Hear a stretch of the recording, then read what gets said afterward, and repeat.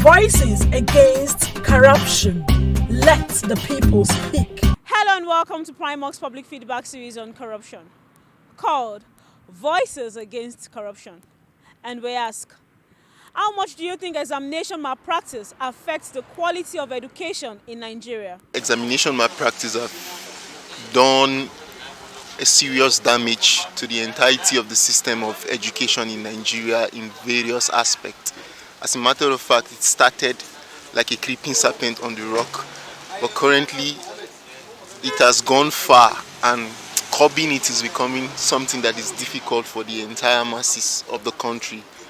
You could see every little child on the street is looking for a miracle center to write an exams, so as just to pass the exams, which is actually not beneficiary to the system. Examination malpractice is rampant everywhere, and many people are engaging in this practice in Nigeria currently, and that is why there is a lot of decay in education. The people are not interested in reading their books because they know they can go somewhere to get whatever thing they want. It has made us to produce half-baked graduates.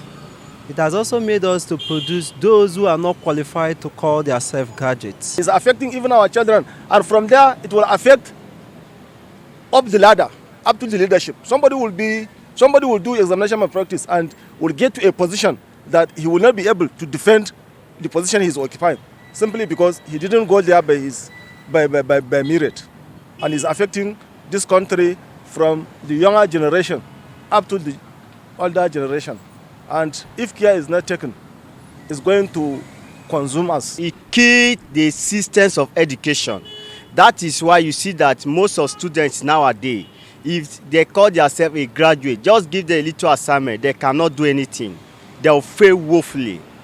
Some, to even write their name, they even have they don't even get it right, because all their hope is exam and practice, and it's not good. It has reduced productivity across.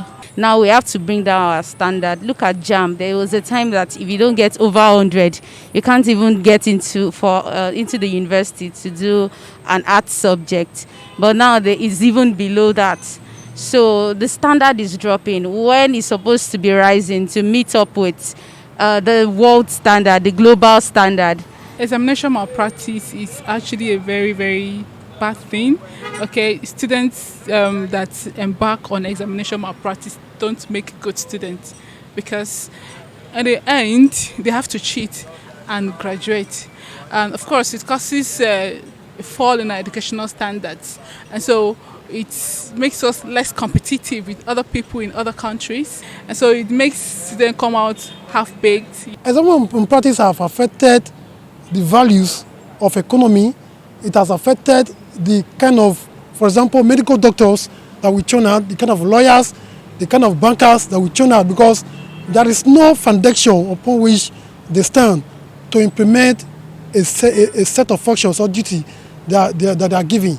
Our children these days, they don't read, they don't care, they don't even value the education, because there are means of escaping it in the class. Once they settle the so-called teachers, they will see them off. And it's really affecting them because they cannot defend their certificates. The fact that children know or think that they can have good grades without reading and then studying or going to classes, once that thought comes, once that idea is already implanted in them while in school, it affects the way they see life. So, that's one cause of corruption. So it's something that has been built up over time. It's not something that just started now. So I think it's something that needs to be, it needs to be tackled. See, this is our generation. We are like a microwave generation. We just like everything. You get rich. You go to school on Monday. By Tuesday you are rich. By Wednesday you've bought a car. By Thursday you've bought a big house. By Friday you've built a company. It's not done that way. There's process. We bypass process, and it's unfortunate anyway.